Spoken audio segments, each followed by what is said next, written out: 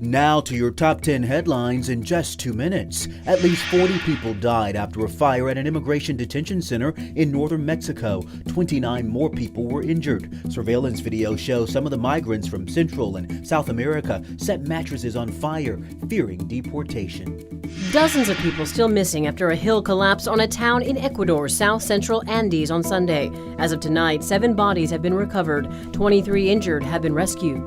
The United States and Russia have stopped sharing biannual nuclear weapons data under the faltering New START treaty, the last arms control pact between the two countries. Russia said it would stop sharing data last month. A federal judge has ruled former Vice President Mike Pence will have to testify before a grand jury in the Justice Department's investigation into efforts by former President Donald Trump and his allies to overturn the results of the 2020 election. Pence will not have to testify about his actions on that day.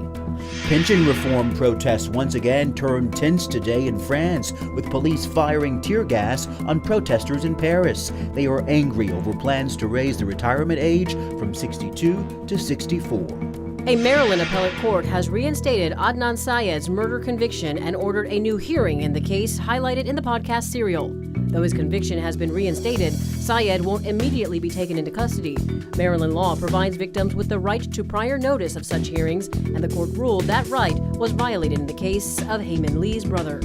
Sacramento City Council voted unanimously to rename Regency Community Skate Park after Tyree Nichols. He's the Sacramento native who was beaten and killed by Memphis police earlier this year. The name change will also come with improvements to the skate park. A federal judge has upheld approval of the Boy Scouts' $2.4 billion bankruptcy plan. It would let the organization keep operating while it compensates tens of thousands of men who say they were sexually abused as children while involved in scouting.